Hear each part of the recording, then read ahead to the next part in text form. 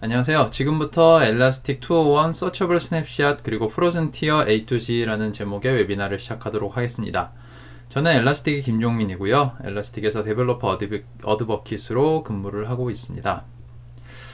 오늘 아젠다는 그 데이터 증가 및 리텐션 트렌드에 대해서 한번 볼 거고요. 그 다음에 전체 데이터 유지 비용을 줄이는 방법에 대해서 엘라스틱 서치 서처블 스냅샷이 어떤 특징이 있는지, 그리고 엘라스틱 에이전트에 대한 이야기를 좀 드릴 거고요. 그리고 엘라스틱 클라우드에서 활용하는 방법에 대해서 좀 설명을 드리겠습니다. 그리고 그에 따라서 이제 비용이 어떻게 절감이 되는지를 한번 설명을 드리고, 이제 간단한 데모를 잠깐 보여드리도록 하겠습니다. 그리고 이제 정리하는 것으로 마무리하도록 하겠습니다. 먼저 데이터 증가 및 보존 트렌드입니다. 데이터 공격자가 이제 침입한 시점부터, 저희는 이제 해커를 이제 공격자라고 이야기를 하겠습니다. 공격자가 침입한 시점부터 이제 그 시스템에 평균적으로 체류하는 시간, 영어로는 dwell time이라고 하는데요. 보통 280일 정도를 체류를 한다고 해요. 그러니까 dwell time은 다시 한번 설명드리자면은, 공격자가 이제 시스템에서 침입을 하고 이제 해킹을 위해서 이제 여러 가지 것들을 이제 설치를 한다거나 이런 것들을 시도를 하고 난 다음에 그 시스템에서 권한을 탈취한 다음에 나중에 그 시스템 보안 담당자가 여기에 해커가 침입했었네 라고 보고 그 여러 가지 악성 도구들을 다 제거를 하고 이 권한을 다시 잃게 되는 그 시간까지를 이제 dwell time이라고 하는데요. 보통 280일 정도 머무른다고 합니다. 그리고 또 이제 여러 리퍼런스에 따르면은 보통은 이제 컴플라이언스를 위해서 이제는 데이터 저장을 해야 되는 기간이 짧게는 1년, 길게는 7년 정도를 이제 요구를 하고 있고요. 그리고 이제 애플리케이션들이, 기업에서 평균 사용하는 애플리케이션이 대기업 같은 경우는, 그러니까 직원 수가 한 1,000명 이상 되는 기업들 같은 경우는 288개 정도라고 해요. 저 같은 경우만 해도 지금 얼핏 머리에 떠오르는 게, 제가 업무에 사용하는 도구가 한 10가지 정도 지금 막 생각나는 게 있는데요. 직원들이 이제 부서에 따라서 또 팀에 따라서 사용하는 도구들이 굉장히 다양하고, 그것들을 이제 회사에서 시스템들을 제공을 하다 보니까 한 288개 정도 애플리케이션을 평균적으로 이제 사용을 한다고 하는데, 여기서 나오는 로그, 매트릭, 트레이스 데이터만 우리가 수집한다고 생각을 해도 정말 이제 몇 테라바이트가 쌓일 수가 있겠죠. 그리고 이제 데이터 공격자가 시스템에 체류하는 평균 dwell time에 짧게는 이제 43일, 보통 일반적인 랜섬웨어, 그러니까는 공격자가 파일을 암호화시키고 이제 권한 같은 걸 탈취해 버린 다음에 사용자에게 통보를 하기 때문에, 이거는 이제 보통 협박을 하기 때문에 이제 기간이 짧고요. 협박을 하고 나서 이제 나에게 이제 비트코인 같은 거를 보내주면은 이제 접근 권한을 풀어주겠다, 이런 식으로 보통 협박을 하죠. 이런 것들은 이제 일반 랜섬웨어들은 이제 기간이 짧고, 그 다음에 일반적인 멀웨어들, 멀웨어는 이제 랜섬웨어, 스파이웨어, 이제 원바이러스, 이제 옛날부터 쓰던 트로이목마, 이런 것들을 이제 포괄적으로 부르는 말인데, 이런 것들은 이제 길게는 2년 넘게 체류하는 경우도 있다고 합니다. 그래서 시스템 소유자 모르게 여러 가지 정보를 야금야금 빼간다던가, 아니면 불법 프로그램 같은 것들을 설치를 해서 내가 정복한 내가 통제하게 된 시스템을 다른 시스템을 공격하는 미들웨어로 사용을 하거나, 그 시스템을 가지고 비트코인을 채굴 하거나, 이런 것들을 또 사용을 한다고 해요. 자, 공격자가 2년 넘게 이제 체류하는 경우도 있기 때문에 그동안 시스템이 어떻게 피해를 입었고 공격자가 어떤 행동을 했는지 파악하기 위해서는 이제 우리 일반적인 보안 데이터들, 로그 데이터, 트레이스 데이터, 이런 것들도 이제 저장을 오랫동안 해야겠죠. 그리고 이제 컴플라이언스 때문에 이제는 이제 최장 7년까지도 데이터를 저장하는 그런 요구 사항이 이제 생겼다고 합니다. 이제 SOX 사라베인 옥슬리 액트의 약자라고 하는데, 이제 미국에서 일반적인 공공기관에서 요구하는 데이터 보존기관이라고 해요. 그 규정을 이제 SOX라고 하는데 7년을 요구하고 있다고 합니다. 그리고 HIPAA 같은 경우는 이제 미국의 보건복지부 같은 기관인데요. 여기서는 이제 6년 동안 데이터를 보존을 하는데, 이 보건복지부 같은 요 HIPAA가 중요한 이유가 이제 미 시민들의 일반적인 개인정보를 많이 보관을 하고 있습니다. 그렇기 때문에 여기서도 이제 데이터를 저장하는 것이 굉장히 중요하고요. 그리고 이제 GDPR 같은 경우, 이제 유럽에서 제정된 개인정보보호법이죠. GDPR 같은 경우는 이제 임금 정보는 3년, 세금 기록 정보는 6년, 이름 주소는 3년, 이런 식으로 저장을 하도록 이제 요구한다고 해요. 자, 일반적인 그 기업에서는, 일반적인 기업이나 조직에서는 뭐 최장 이렇게 막 7년까지 데이터를 보존하려면 이제 어떻게 해야 될까요? 그 많은 조직에서 대부분의 데이터는 길게는 이제 요즘은 핫, 웜 이제 티어 이런 식으로 나뉘어 가지고 뭐 70, 30일, 뭐 60에서 90일 이런 식으로 데이터를 나누어서 보통은 보존을 합니다. 그렇게 하고 90일 정도까지 넘어가게 되면은 데이터를 아카이빙을 하거나 뭐 삭제를 하거나 이렇게 해요. 왜 그럴까요? 비용 때문이죠. 비용을, 데이터를 보관하는 것들이 다 비용이기 때문에 우리가 이제 라이브로 데이터를 찾으면서 봐야 되는, 검색에 필요한 그런 데이터가 넘어가게 되면은 보통 이제 비용상의 이유로 데이터를 아카이브를 합니다. 아카이브를 할 때는 이제 뭐 저렴한 그 외장 하드라든지, 뭐 옛날에는 이제 그 테이프 같은 경우에다 저장을 했는데 요즘에도 하는지는 잘 모르겠습니다. 이런 것들에 저장을 하고 이제 뭐 창고에 보관을 하겠죠. 그렇게 아카이브한 데이터에서 나중에 또 데이터를 봐야 될 일이 생길 수가 있어요. 그때는 데이터를 다시 라이브 데이터로, 아카이브 데이터를 복구를 해야 되는데 그 복원하는데도 비용이 소모가 됩니다. 그 데이터를 이제 다시 복사하는데도 비용이 소모가 되고요. 이제 새로운 그 아카이브 데이터를 라이브 데이터로 잠시 보기 위해 템퍼러리하게 또 시스템을 구축을 해야 되잖아요. 그 시스템을 구축을 하는데 비용이 소모가 되고요. 거기에 들어가는 여러 가지 프로그램이라던가 이런 것들을 짜는데도, 이제 프로세스를 짜는데도 비용이 소모가 됩니다. 그래서 실제로 어떤 저희 고객 사례인데요. 이런 아카이브 데이터로부터 데이터를 복원하는 데만 75,000달러 정도가, 뭐 한국 돈으로 한 8천만 원 정도 될 것 같은데, 이 정도 비용이 들었다고 합니다. 앞에서 대부분의 조직이 이제 90일 정도 데이터를 보관을 한다고 말씀드렸는데, 이제 언제나 모든 조직들은 운영 예산을 고려를 해야 되기 때문에 데이터 보존 비용이 이제 예산을 초과하게 되면은 지난 데이터는 어떻게 해야 될지 이제 결정을 하죠. 그래서 지금 화면에 보이시는 것처럼 이제 오른쪽에 보이는 그 녹색 영역처럼 그 기준점을 찾아서 보존 비용이 예산을 초과할 때는 이제 데이터를 아카이브를 하게 되고요. 이제 컴플라이언스에 따라서 이제 최대 뭐 7년째 데이터를 저렴한 파일 외부 저장소에 아니면 뭐 테이프 같은 곳에 보관하게 됩니다.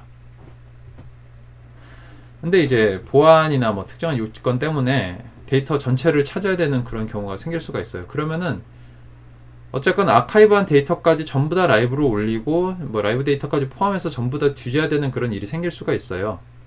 요즘은 또 보안 이슈 때문에 이제 수시로 보관되었던 데이터들을 다시 들춰내는 경우가 예전보다 더 빈번해진 것을 많이 볼 수가 있는데, 이거는 이제 건초 더미에서 바늘을 찾는 것 같다라고 이제 보통 저희는 이제 비유를 했습니다.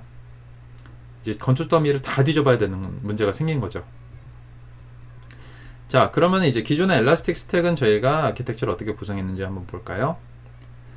보통 이제 그 데이터를 많이 저장하는 게 로그, 매트릭, 뭐 텔레메트리 데이터 같은 로그성 데이터인데요. 이런 것들을 수집하는 클러스터들은 보통 이제 핫, 웜 같은 이제 2개 이상의 이제 스토리지 티어로 배포를 했습니다.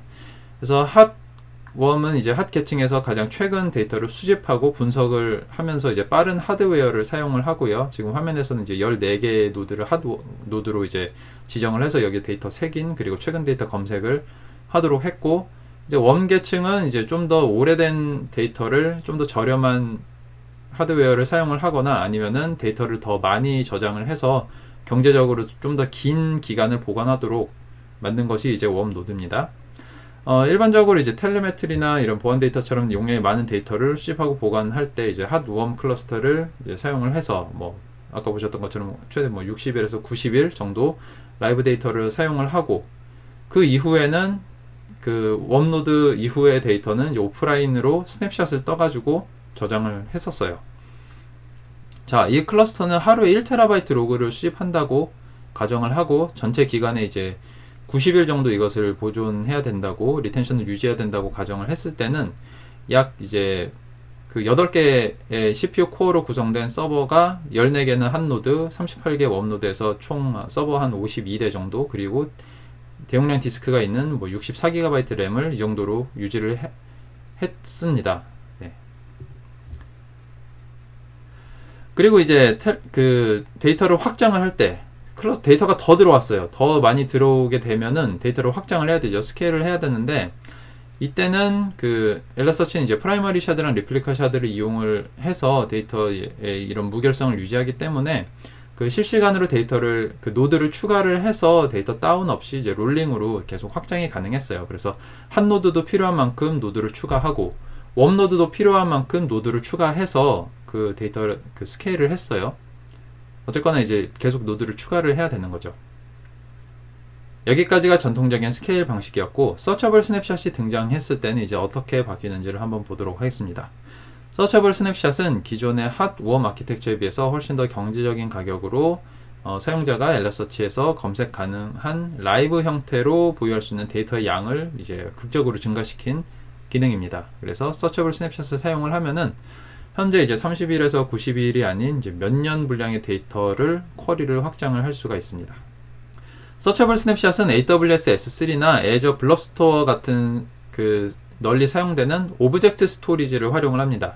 이 오브젝트 스토리지가 등장을 해서 여러 가지 비즈니스가 뭐 많이 이제 패러다임이 바뀐 게 됐어요. 이제 굉장히 저렴한 비용으로 굉장히 효율적이고 확장 가능한 이제 데이터를 저장할 수 있기 때문에 여러 가지 비즈니스에 큰 영향을 미쳤는데요. 핫, 웜, 프리즈 계층에서 이제 1GB의 데이터를 저장하는데 얼마나 비용이 드는지를 지금 보여주고 있는데요. 핫에서는 이제 $11 정도, 웜에서는 $2 정도. 근데 오브젝트 스토리지에서는 $0.28 정도의 굉장히 비용이 이제 내려간 것을 보실 수가 있고요. 엘라스틱은 처음부터 이제 스냅샷을 저장을 할 때 오브젝트 스토리지에 저장할 수 있도록 지원을 했습니다. 근데 엘라스틱 스택 버전 7.11부터 이 스냅샷을 클러스터에 다시 복원할 필요 없이 스냅샷 데이터 자체를 이제 검색할 수 있는 기능을 지원을 하게 됐어요. 그것이 이제 서처블 스냅샷이고요. 서처블 스냅샷을 통해서 엘라스틱은 클러스터 티어 아키텍처를 완전히 새로 구성을 해서 성능을 이제 어느 정도 유지를 하면서 훨씬 더 가격을 저렴하게 유지할 수 있도록 데이터를 늘릴 수 있게 되었습니다. 자, 아까 보셨던 기존의 핫, 웜 클러스터인데요. 총 52개의 노드가 사용되고 있고 90일의 리텐션, 그러니까 데이터 보존 기간을 저장을 하죠. 여기에 이제 서처블 스냅샷을 쓰는 핫, 웜, 프로즌 티어 아키텍처인데요. 똑같이 하루 1TB를 수집하는데 180일 동안 데이터를 유지를 하도록 지금 설정이 되어 있고, 이것은 이제 핫, 웜 클러스터의 2배에 해당하는 용량인데요. 여기서 조심해야 될 것은 핫 티어는 이제 변경이 되지 않습니다. 핫 티어는 클러스터의 프론트엔드 같은 곳이기 때문에 데이터가 엘라스틱을 만나고 인덱싱되고 저장되는 그런 공간이기 때문에 여기는 이제 성능을 유지를 해야 돼요. 그리고 이제 어느 정도 기간이 뭐 한 2주 정도 지나면은 데이터는 그 핫, 콜드, 프로즌 티어로 이제 롤오버가 됩니다. 핫 프로즌 클러스터 아키텍처에서 대부분 이제 데이터는 예전에 그 핫원 클러스터에서 필요한 것보다 훨씬 더 적은 계층의 그 고정 노드를 유지를 하고요. 보시면 아까는 52개 노드가 있었는데 지금은 2개의 웜 콜드 노드 그리고 2개의 프로즌 노드만 필요한 데이터를 여기다 유지를 하고, 나머지 이제 데이터는 그 오브젝트 스토리지에 저장을 하게 됩니다. 오브젝트 스토리지에 저장을 해서 훨씬 더 이제 그 저렴하게 이용을 할 수가 있어요. 왜냐면 이제는 오브젝트 스토리지 안에 있는 데이터도 서처블 스냅샷 기능을 이용을 해서 검색을 할 수 있기 때문에 이제 그렇게 됐고요. 그리고 이제 중간에 이제 웜 노드, 그러니까 결국에는 한 노드와 프로즌 노드가 이제 필요하게 된 거고, 중간에 이제 웜이나 콜드 노드는 우리 데이터에 이제 중간에 내가 필요한 만큼 적절하게 제어를 해서 유지를 하면 되겠죠. 자, 이제 서처블 스냅샷을 콜드하고 프로즌 티어 스토리지라고 했지만 이제 뭐 그 새 스토리지 계층이 뭐 느리지 않다고 이야기를 해요. 그 예를 들어 클라우드에서는 이제 프로즌 계층에서 그 핫 티어와 이제 동일한 하드웨어를 저희가 사용을 합니다. 엘라스틱 클라우드에서는. 그리고 프로즌 티어의 그 고속 디스크는 스냅샷 데이터의 디스크 캐시 역할을 해요. 그렇기 때문에 그 프로즌 티어에서 자주 검색되는 데이터를 그 이렇게 효과적으로 쿼리할 수 있도록 여러 가지 캐시나 이런 것들을 이제 실제로 프로즌 노드에 이제 로딩을 일부 해 놓는 거고요. 그리고 프로즌 티어는 이제 그 오브젝트 스토리지에 있는 스냅샷에서 실제로 이제 데이터를 가지고 와서 그 보기 때문에 클러스터가 굉장히 말 그대로 엘라스틱하게 그 탄력적으로 이제 확장하는 그런 방법을 저희가 제공을 합니다. 그럼 성능이 실제로 어느 정도가 되는지 이제 저희가 테스트한 내용들을 좀 공유를 해드리면은 4TB 데이터 세트에 대해서 이제 일반적인 단순한 텀 쿼리의 그 쿼리 성능을 한번 살펴보시면요. 이제 그 프로즌티어에서 첫 실행을 할 때는 6초 정도 걸렸어요. 그 일반적인 이제 핫웜에서는 이제 92ms, 이제 콜드에서는 뭐 95ms, 그리고 프로즌 티어에서는 이제 실제로 오브젝트 스토리지에서 쿼리를 할 때는 이제 6초 정도, 이제 굉장히 오래 걸렸죠. 오래 걸렸는데 엘라스틱 서치는 이제 쿼리가 반복 실행되는 쿼리는 항상 캐싱을 합니다. 굉장히 효율적인 방법으로 캐싱을 하기 때문에 반복 실행되는 쿼리에 대해서는 이제 핫웜 쪽에서는 이제 29ms 이런 식으로 이제 줄어들었고, 프로즌도 76ms 정도로 이제 굉장히 그 많이 줄어들었어요.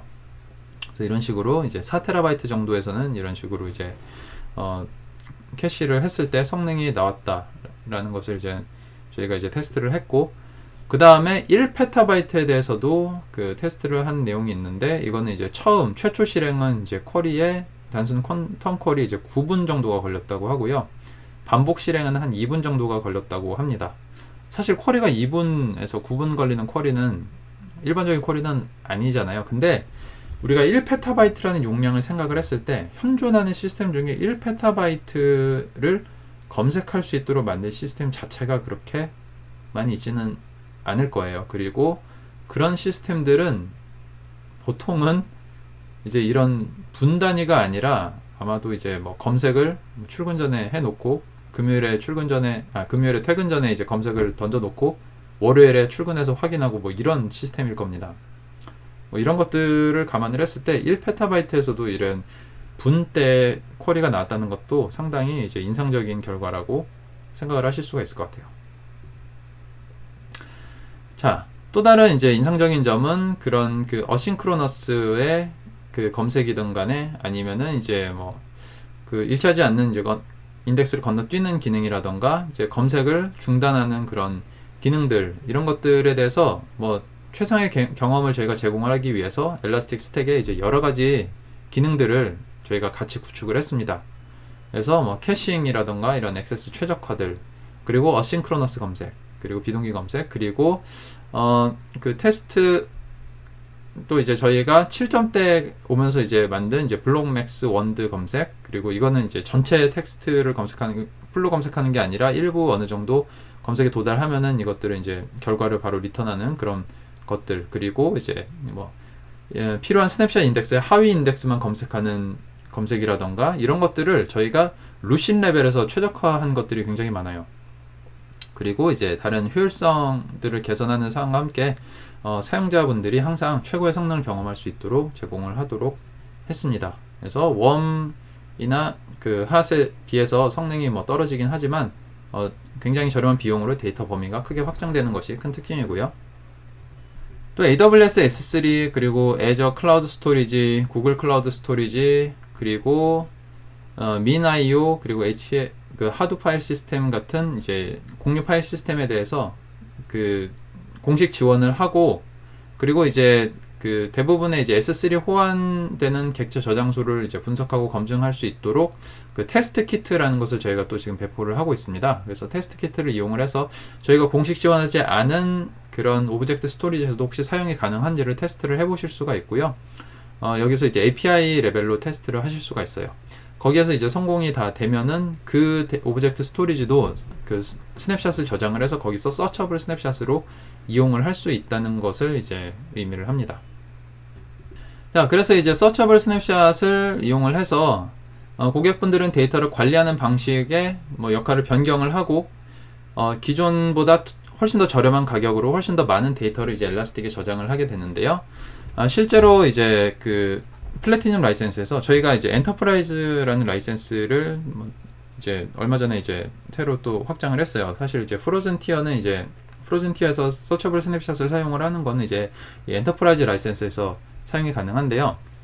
그 기존의 플래티넘 라이센스를 사용하던 고객의 경우 핫웜 노드로 클러스터를 구성을 해서 90일간 보존을 하던 것을 동일한 비용으로, 그러니까 라이센스 비용은 좀 올라갔지만 그만큼 그 하드웨어 비용이 내려갔겠죠.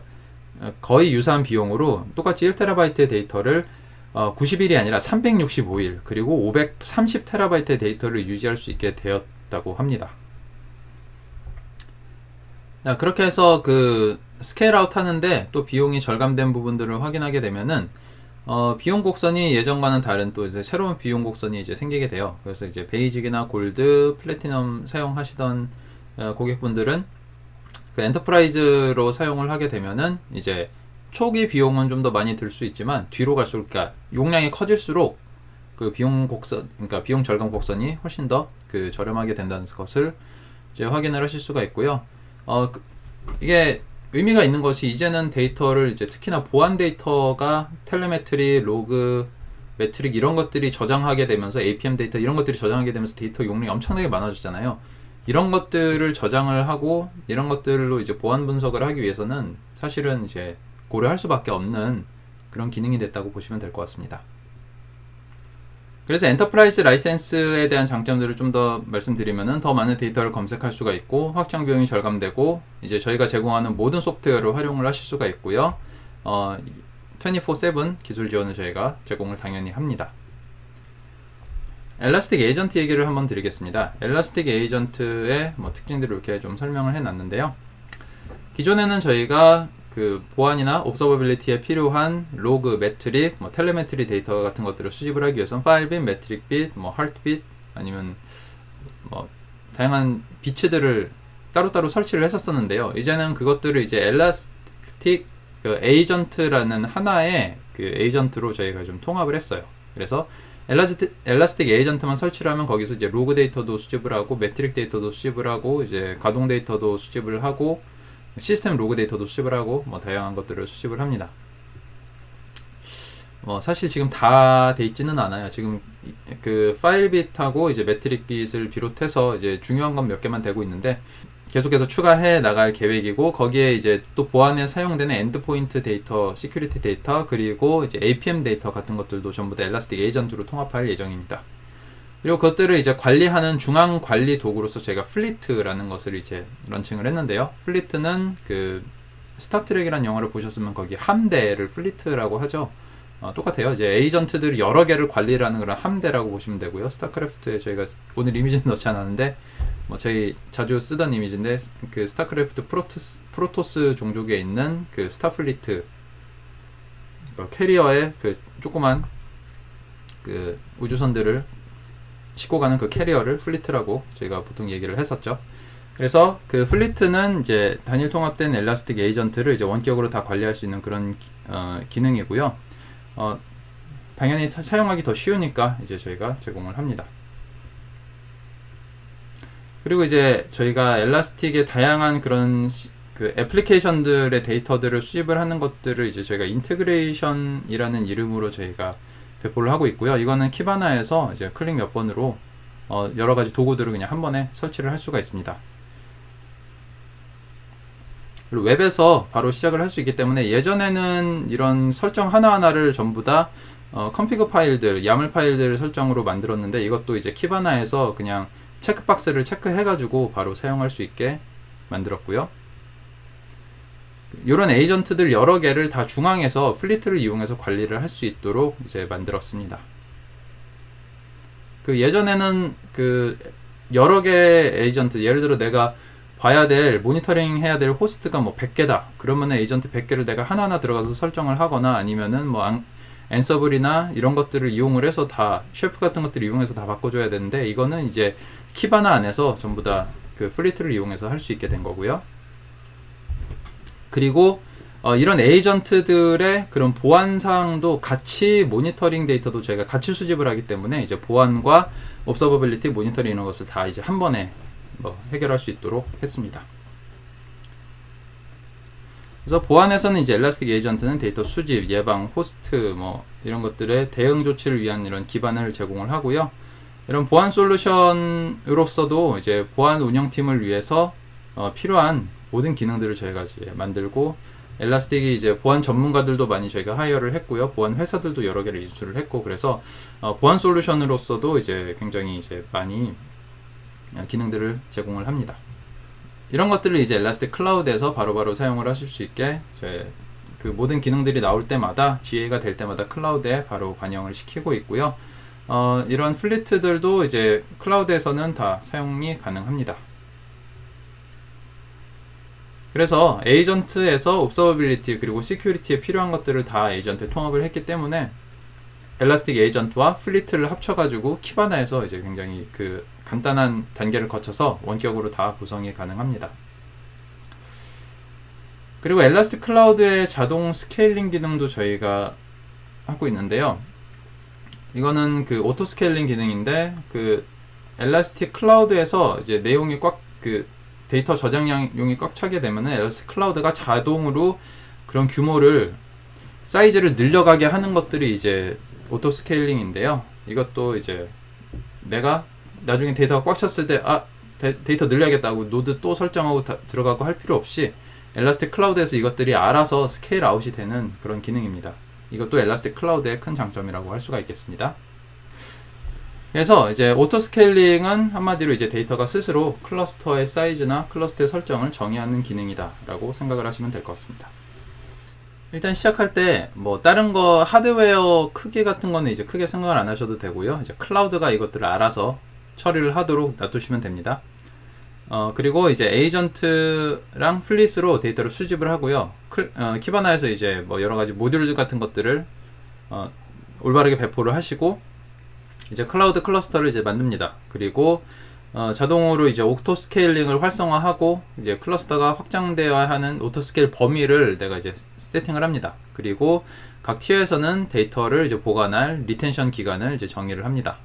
그리고 그 데이터가 그 내가 처음에 지정한 그 이상의 범위를 나가게 되면은 이제 프로즌 티어로 데이터가 이동을 하면서 계속해서 이제 오토 스케일링이 됩니다. 그래서 데이터가 더 많아지고 이제 에이전트들이 더 많아지고 모니터링 해야 될 클러스터들이 많아지고 그러면은 이제 오토 스케일링 기능이 클러스터를 더 확장시켜요. 더 확장시키고 새로운 스토리지 계층을 계속해서 이제 만들게 되겠죠. 그리고 이제 클러스터가 라이브로 작동을 하는 중에도 데이터를 계속 수집하고 이제 인덱스 수명 주기를 관리하고 이런 것들을 하는 동안 이제 데이터가 계속 노드도 알아서 다 추가가 되고 이제 서처블 스냅샷도 이제 사용을 하시면은 이제 큰 비용을 들이지 않고 데이터를 더 많이 또 유지를 하실 수가 있습니다. 그리고 이제 런타임 필드를 사용하시거나 이제 그러면 이제 데이터 변경됐을 때 이런 변경 사항을 처리를 하실 수도 있고요. 이제 수준의 데이터를 이제 변경하지 않고도 임시적으로 이제 요구 사항들을 수용을 하실 수가 있고 스키마 같은 경우도 이제 엘라스틱 스택에서 그 검색 속도나 이런 것들을 보장하기 위해서 항상 존재하는데 런타임 필드 우리가 또 이제 얼마 전에 추가한 런타임 필드나 이런 그 런타임 스키마 같은 경우를 사용을 하시게 되면은 기존에 저장한 데이터랑 약간 이제 데이터가 달라지게 되는 것도 어느 정도 변경사항에 맞춰서 새로운 쿼리 같은 것들을 또 하실 수가 있습니다. 그러면은 간단하게 클라우드 데모를 보여드리고 계속 하도록 하겠습니다. 자, 클라우드 엘라스틱 다코에 들어오셔서 이제 처음에 로그인을 하시면은 이제 크리에이트 디플로이먼트를 눌러서 엘라스틱을 만드실 수가 있고요. 여기에 뭐 서처블 스냅샷이라고 해보겠습니다. 그리고 이제 세팅을 바꾸실 때 이제 구글 클라우드와 아마존 웹 서비스에는 이제 서울 리전이 있습니다. 그래서 쭉 내려보시면 이제 서울 리전이 있고요. 아마 맨 아래 있을 거예요. 추가된 것이 가장 최근이기 때문에. 그리고 하드웨어는 뭐 스토리지 옵티마이즈드로 미리 설정이 되어 있는데 버전도 항상 가장 최신 버전이 있습니다. 근데 이거를 그 애드밴스드 세팅으로 한번 바꿔서 보도록 하겠습니다. 상단에 보시면 오토 스케일 디플로이먼트 옵션이 있어요. 그래서 오토 스케일을 누르시면은 이제 그 클러스터 확장이 처음에부터 되는 게 아니라 이제 데이터가 필요해진 시점에 스케일이 자동으로 되는 것을 해보실 수가 있고요. 여기서는 이제 오토 스케일 데모는 하지 않도록 하겠습니다. 일단 엘라스틱 서치 이제 핫티어가 기본이죠. 핫티어는 무조건 있어야 되는 거고요. 그 여기서 이제 가늠을 해보실 수가 있는데 8GB 램에 그 CPU에 360GB 스토리지를 여기서 이제 지정을 해요. 그래서 뭐 16G면은 720GB 스토리지 이런 식으로 되게 되어 있고요. 그리고 웜티어는 지금은 없는데 이제 웜티어를 이제 추가를 하게 되면은 웜티어는 똑같이 16기가를 보시면은 여기서는 이제 똑같이 16기가 램의 그 2.5 CPU인 머신인데 핫에서는 720을 저장을 하던 거 720GB를 저장하던 거를 이제 웜티어에서는 2.97TB를 저장하는 걸 보실 수가 있습니다. 그래서 그 데이터를 머신은 동일한 걸 사용하지만 이제 저장하는 용량의 비중이 이제 다른 것을 보실 수가 있고요.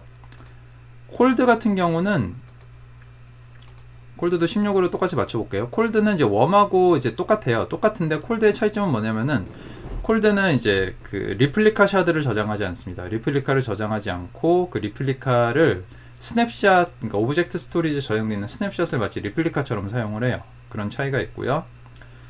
프로즌 티어를 저장을 하게 되면은 여기도 똑같이 16기가 램으로 보게 되면은 여기서는 25TB 용량이 또 어마어마하게 늘어났죠. 여기서는 정말 필요한 최소한의 용량만 이제 프로즌 티어, 그러니까 캐시를 위한 그 최소한의 용량만 프로즌 데이터 티어에 저장을 하고 나머지 실제 데이터들은 오브젝트 스토리지에 저장을 하기 때문에 이렇습니다. 이렇게 하고 이제 마스터 노드를 이제 데디케이티드 마스터 노드를 하고 싶으면 이렇게 뭐 추가를 하시면 되는데 이거는 강제적으로 할 수는 없고요. 이거는 이제 필요하면은 이제 만들어집니다. 그리고 코디네이터 노드도 이제 그 따로 하시고 싶으면은 추가를 하고 머신러닝도 사용하신다고 하면 머신러닝 노드도 따로 만드셔야 됩니다. 이제 키바나 노드가 실행이 되고 APM과 플리트를 위한 이런 노드들도 이제 이렇게 하나 추가를 하고 엔터프라이즈 서치는 여기선 하지 않을게요.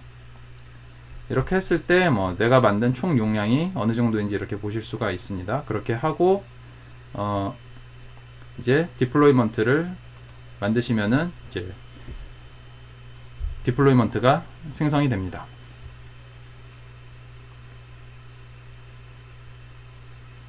자, 이렇게 나온 그 엘라스틱 유저네임과 패스워드는 항상 이 화면이 지나가면 볼 수 없기 때문에 잘 카피해서 아니면 저장해서 이제 놓으시고요. 그 다음에 이제 클러스터가 완성될 때까지 잠시 기다리겠습니다. 네, 시스템 디플로이가 완료가 되었고요. 서처블 스냅샷이라는 이름의 클러스터가 생성이 되었습니다. 이제 여기에 보시면은 노드들도 이렇게 있고요.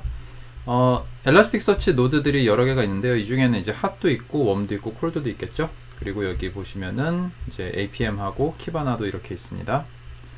자, 키바나를 이제 실행을 하시면 되는데요. 이렇게 오픈을 눌러서 실행을 하시면은 이제 키바나가 그 세션이 클라우드 계정으로 들어가는데 좀 잘 안 되는 경우도 있어요. 그래서 키바나의 엔드포인트를 카피를 하시고 저는 보통 이제 새로 그 브라우저를 크리덴셜 브라우저를 열어서 실행을 하는 편입니다. 이렇게 하시고 이제 엘라스틱 서치로 로그인을 하면서 아까 적어두셨던 그 패스워드를 여기다 넣으시면 됩니다. 엘라스틱 그리고 패스워드 슈퍼유저 계정이겠죠. 자, 그 엘라스틱을 많이 써보셨지만 계속 새 버전이 나올 때마다 UI가 좀 생소하실 거예요. 그래서 우선 그 에이전트를 설치 한번 해보겠습니다. 그래서 플리트에 가시면 이제 에이전트 설치하는 게 있는데요. 에이전트를 설치하실 때 그 에이전트를 애드를 하고 이제 필요한 엘라스틱 에이전트를 이제 추가를 하면 되겠죠. 고트 다운로드 페이지에 가서 에이전트를 추가하시면 되는데 저는 이제 제 로컬 제가 사용하고 있는 제 로컬에 설치를 해보겠습니다. 그래서 맥 용을 받고 wget으로 방금 카피한 그 링크를 넣어서 이제 엘라스틱 에이전트를 내려받겠습니다. 네, 다운로드가 완료가 됐고요. 자, 계속 한번 볼까요? 자, 다운로드를 하고 에이전트 폴리시는 뭐 디폴트 폴리시로 놓고 일단은 시스템을 수집하는 폴리시를 하겠습니다. 다른 것들은 아직 추가를 안 했으니까요. 그리고 플랫폼은 리눅스 맥OS고요. 여기서 이제 이 내용을 카피해서 실행을 해주면 됩니다. 엔롤 하는 건데요. 엔롤은 이제 한마디로 저희 엘라스틱 클라우드 계정, 그 엘라스틱 클러스터랑 지금 설치한 엘라스틱 에이전트를 서로 연결해주는 작업이라고 보시면 될 것 같아요. 자, 일단 내려받은 걸 압축을 풀어야겠죠. 그리고 엘라스틱 에이전트 안으로 들어가서 sudo하고 엘라스틱 에이전트 인스톨하고 저희 이 클라우드 요 내용으로 이제 enroll 토큰을 같이 줘가지고 이제 enroll을 시키는 겁니다. 그리고 sudo 명령을 실행을 했기 때문에 시스템 그 루트 권한의 패스워드 필요하겠죠. 그리고 이렇게 되면 이제 agent has been successfully installed가 됐고요. 자, 한번 이 화면을 새로 고침해 볼까요? 에이전트가 지금 제 맥북 에이전트 하나가 여기에 추가된 거를 보실 수가 있고요. 폴리시를 보시면 지금 시스템 폴리시 하나만 있습니다. 그러면은 얘가 이제 시스템 데이터를 지금 수집을 하고 있는 거예요. 이렇게 해서 한번 가볼까요? 인테그레이션으로 한번 가보겠습니다. 인테그레이션으로 가서 시스템 네, OS 시스템에 가보면은 있겠죠? 자, 시스템으로 들어가 보시면은 여기에 그 시스템 폴리시는 기본적으로 만들어져 있어요. 그래서 자, 기본적으로 만들어진 게 있고 에이전트는 이미 추가가 되어 있으니까 자, 에셋에 가서 한번 그 대시보드들 한번 보겠습니다. 시스템 로그, 시스템 매트릭, 호스트 오버뷰 이렇게 들어가 보시면은 이제 방금 엘라스틱 에이전트가 수집한 그런 내용들이 여기 이렇게 나타나고 있습니다. 지금 이게 방금 다 수집한 거예요. 방금 수집한 거고 한번 시스템 말고 없는 거를 한번 추가를 해볼게요. 다시 뒤로 가서 인테그레이션에 가서 한번 그 인테그레이션의 종류가 굉장히 많은데 뭐 AWS 로그도 수집할 수 있고 아니면 뭐 컨테이너, 쿠버네티스, 도커 같은 컨테이너도 수집을 할 수가 있고요. 우리가 흔히 쓰는 웹 서버들 뭐 아파치라든지 이런 것들을 수집할 수 있는데 엔진엑스를 한번 수집해 보겠습니다. 이미 에이전트가 설치되어 있기 때문에 엔진엑스에 그 폴리시만 추가를 해주면은 됩니다. 그래서 엔진엑스를 지금 폴리시가 만들어져 있지 않기 때문에 add 엔진엑스를 하면은 이제 엔진엑스에 폴리시를 추가를 하게 되는 거고요. 이름은 뭐 엔진엑스 JM으로 할게요. 그렇게 하고 여기 이제 디폴트 폴리시로 놓고 로그를 수집하는 것과 이제 로그의 경로가 뭐 디폴트 경로, 그러니까 맥에서 쓰는 디폴트 경로인데 이게 뭐 다른 곳에 그 설정을 해놨다면 그거를 고쳐주시면 되겠죠. 그리고 에러 로그도 패스를 이렇게 수집되는 거를 하시면 되고 엔진엑스 매트릭도 같이 수집을 하도록 해보겠습니다. 자, 이렇게 수집을 하도록 하고 그냥 인테그레이션 저장을 하시면 됩니다. 저장을 하고 나면은 이제 폴리시가 추가가 됩니다. 엔진엑스 폴리시가 추가가 됐고요. 똑같이 에셋에 들어가서 보시면 이제 만들어진 대시보드들이 있어요. 그래서 대시보드를 그 오버뷰에서 들어가 보시면은 아직은 데이터가 없는데 한번 제가 제 로컬 PC에다가 엔진엑스를 지금 실행을 시켜놨거든요. 8080번이죠 아마. 자, 엔진엑스를 이렇게 막 실행을 해보고 없는 주소도 한번 추가를 해볼게요. AAAAA 이런 식으로 404 not found도 이렇게 한번 추가를 해보고 보게 되면 이제 자, 아까 대시보드에 데이터가 안 보였었는데요. 엔진엑스 대시보드에 그 시스템은 제대로 돌고 있는 거 같아서 실행은 되고 있었죠. 여기에 디폴트 설정이 좀 달라서 그렇습니다. 제가 설정을 좀 바꿔줄게요. 엔진엑스의 인스턴스의 로그가 그 저는 이제 맥OS에 설치를 했기 때문에 바르 로그 요 위치가 아니고요. 네, 요 위치에 있습니다. 액세스 로그와 그리고 저 에러 로그가요. 그래서 위치를 좀 바꿔주고 저장을 해보겠습니다. 네, 인테그레이션 세이브를 다시 해줄게요. 이렇게 이제 잘못된 설정을 그냥 키바나에서 바꿔줄 수 있어요. 키바나에서 바꿔주고 지금 디폴트 폴리시라는 폴리시 안에 엔진엑스와 시스템 두 개가 들어갔습니다. 폴리시를 더 추가하고 싶으면 여기서 다른 폴리시를 만들어서 내가 사용하고 싶은 예를 들어 폴리시를 엔진엑스랑 시스템 쓰는 폴리시가 있고 아니면은 뭐 톰캣이랑 뭐 AWS 쓰는 폴리시가 있다. 그러면은 여기서 그 폴리시를 그냥 여러 개 폴리시가 있을 때 폴리시만 바꿔주시면 돼요. 에이전트에서 지금 플리트고 에이전트에 지금 디폴트 폴리시가 사용이 되고 있는데 여기에다 assign new 폴리시 해가지고 디폴트 폴리시가 아니라 이제 다른 폴리시를 추가를 했을 때 할당을 해주시면 됩니다. 지금은 일단은 지금 이제 디폴트 폴리시 안에 시스템과 엔진엑스를 다 수집을 하도록 했으니까 한번 다시 대시보드로 한번 가볼게요. 아까 했던 그 액세스 오버뷰를 가보면 네, 이제 데이터가 들어오고 있네요. 자, 이런 식으로 데이터 들어온 거를 확인을 하실 수가 있고요. 그럼 이제 다음 그 핫티어에 있던 데이터들이 어떻게 웜과 콜드로 그리고 프로즌으로 이동을 하는지를 좀 설명을 드리면요. 그 내용은 인덱스 라이프사이클 매니지먼트에서 추가를 하실 수가 있습니다. 그래서 스택 매니지먼트에 가셔가지고 인덱스 라이프사이클 폴리시로 가시면 여기서 크리에이트 폴리시를 해가지고 추가를 하실 수가 있어요. my nginx 폴리시 이런 식으로 만드시고요. 여기다가 이제 핫 페이즈 때는 이제 어떤 것들을 할 거냐, 롤오버를 하고 뭐 포스 머지를 할 거냐, 슈링크를 할 거냐를 지정을 하시고요. 그 다음에 원 페이지는 롤오버 이후 뭐 30일 이후는 원 페이지로, 7일로 할까요? 7일 이후는 원 페이지로 가고, 그 다음에 콜드 페이지는 롤오버 이후로 30일 이후는 뭐 콜드 페이지로 간다. 그 원 페이지에서도 할 수 있는 것들이 있습니다. 또 슈링크를 할 수가 있고 포스 머지를 할 수가 있고요. 그리고 이제 콜드 페이스에서는 할 수 있는 것들이 프리즈를 또 할 수가 있고, 그 다음에 프로즌 페이스에서는 뭐 60일 후엔 프로즈론으로 간다. 이렇게 하면은 이제 어떤 스냅샷으로 저장을 하는지를 지정을 할 수가 있어요. 근데 스냅샷은 여기에 보시는 파운드 스냅샷이라는 거는 엘라스틱 클라우드 그 시스템에서 기본적으로 사용하시는 거라 요건 이제 함부로 바꾸실 수는 없고요. 만약에 이거를 이제 엘라스틱 클라우드가 아니라 내가 직접 뭔가 그 쓰고 있다, 설치해서 쓴다, 그러면 이제 그 스냅샷을 이제 어디에다 쓸지 설정을 하는 곳이 따로 있습니다. 거기서 하시면 되고요. 이렇게 하셔서 이제 그 폴리시를 저장을 하고, 보통은 그 인덱스에 가서요, 인덱스 매니지먼트에 가서 이런 인덱스들을 선택을 하고, 그 인덱스에다가 이제 그 인덱스에다가 이제 어떤 폴리시 같은 것들을, 우리가 지정한 폴리시 같은 것들을 여기다가 이제 대입을 시켜줄 수가 있거든요. 여기는 이제 라이프사이클 폴리시가 이미 있는데, 뭐 이런 것들을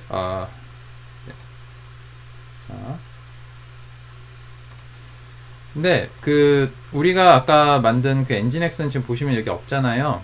사실 이것들은 그 데이터 스트림이라고 하는 약간 좀 새로운 방식으로 또 관리가 되고 있어요. 그래서 보시면 인덱스가 아니라 데이터 스트림 안에 로그, 에이전트, 엘라스틱 에이전트에서 수집한 데이터들은 이제 데이터 스트림으로 관리가 되기 때문에 여기서 이제 파일빗에서 수집하는 거, 매트릭빗에서 수집하는 것들이 이런 식으로 엔진엑스냐 시스템이냐는 것들이 여기에 데이터 스트림으로 관리가 됩니다. 그리고 데이터 스트림에서는 폴리시를 내가 직접 지정을 할 수는 없어요.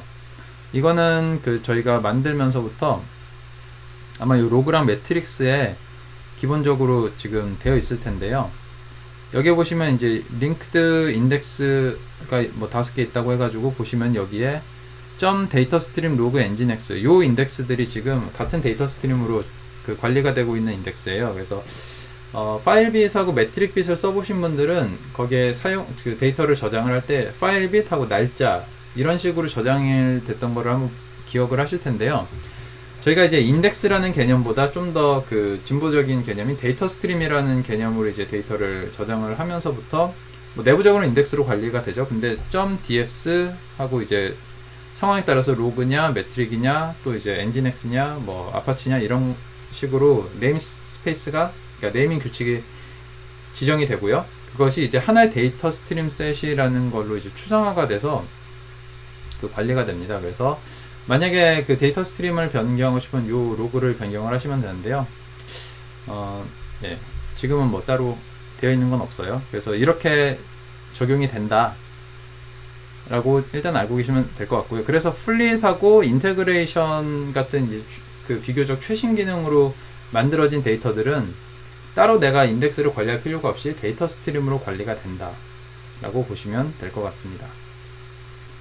그 서처블 스냅샷은 좀 새로운 데서 한번 좀 보여드리겠습니다. 요거는 이제 제가 함부로 만들 수가 없기 때문에 이미 만들어진 저희 다른 데모용 서버에서 좀 보여드릴게요. 그래서 여기 대시보드에 가보시면은 핫 패킷 빛 오버뷰라는 데이터가 있고요. 여기서 이제 이거는 한 노드입니다. 한 노드고 지금 보시면은 이제 1.7TB 정도를 검색을 하게 되고요. 여기서 이제 서버가 도메인 DNS question registered 도메인이 이제 Elastic Core인 걸 한번 검색을 해볼게요. 검색을 하고 이제 업데이트를 해보시면은 검색이 굉장히 빨리 되죠. 핫티어니까. 아까 뭐 몇 테라바이트, 1.4 테라바이트인가요? 거기서 아이고. 자, 1.7 테라바이트에서 예, 지금 뭐 굉장히 빨리 됐는데 한번 이제 프로즌으로 가보겠습니다. 프로즌으로 가면 여기서는 이제 실제로 그 스냅샷에서 지금 검색을 하도록 되어 있고요. 전체 데이터가 얼마나 되는지 한번 볼게요. 처음에 뜨는데도 좀 시간이 걸릴 것 같아요. 그리고 이제 시간이 오래 걸리면 여기서 세션을 스톱을 할 거냐 아니면 세이브를 할 거냐라는 게 이제 키바나에 최근에 추가된 기능인데, 세이브를 해 놓으면은 나중에 검색이 끝났을 때 여기 이제 알림이 떠요. 알림이 떠서 그 대시보드로, 내가 보려던 그 대시보드로 다시 갈 수 있게 나타납니다.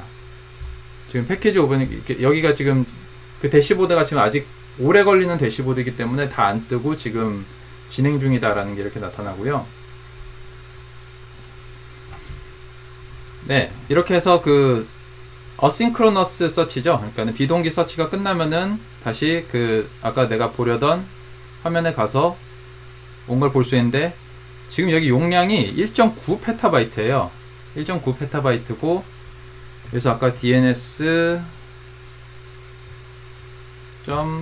도메인이었나요?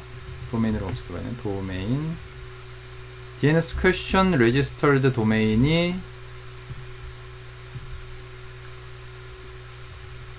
elastic co인 거를 한번 여기서 검색을 해보겠습니다. 업데이트를 해보면은 예, 검색이 돼요.